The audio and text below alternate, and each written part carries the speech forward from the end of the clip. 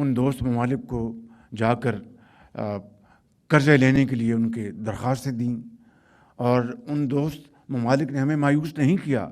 लेकिन आप जानते हैं कि जो कर्ज़ लेने जाता है उसका सर झुका हुआ होता है और फिर उसके बाद जो ऑब्लिगेशंस आती हैं वो आपको उसका अच्छी तरह इल्म है। मैं यहाँ पर बग़ैर किसी लगी लपटी के आपको बताना चाहता हूँ कि मैं भी और ख़ामोशी के साथ फील्ड मार्शल हम कई ममालिक में गए और उनसे कहा कि IMF का प्रोग्राम है, ये हमारा एक्सटर्नल गैप है, आप इतने बिलियन डॉलर्स दे दें, आप इतने बिलियन डॉलर्स दे दें। पाकिस्तान की ये आर्थिक हालत अब किसी से छिपी नहीं है, लेकिन इस बार खुद पाकिस्तान के प्रधानमंत्री शहबाज शरीफ ने ऐसा बयान दिया है जिसने पूरी दुनिया का ध्यान खींच लिया।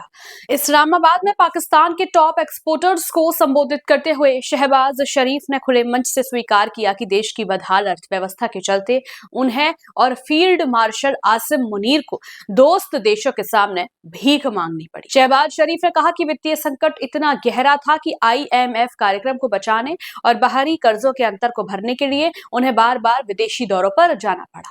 उन्होंने माना कि वे चुपचाप कई देशों के पास गए और झुके हुए सिर से मदद की गुहार लगानी पड़ी।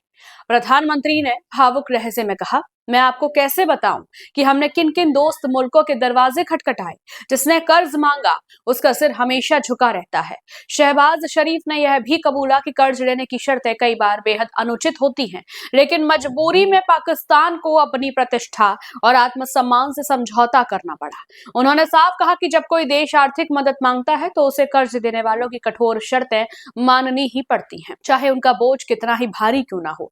गौरतलब है कि शहबाज शरीफ पहले भी कह चुके हैं कि वे दुनिया में भीख का कटोरा लेकर घूमना नहीं चाहते, लेकिन इस बार उन्होंने खुलकर मान लिया कि पाकिस्तान जिस स्थिति में पहुंच चुका है वह बेहद शर्मनाक और असहज करने वाली है।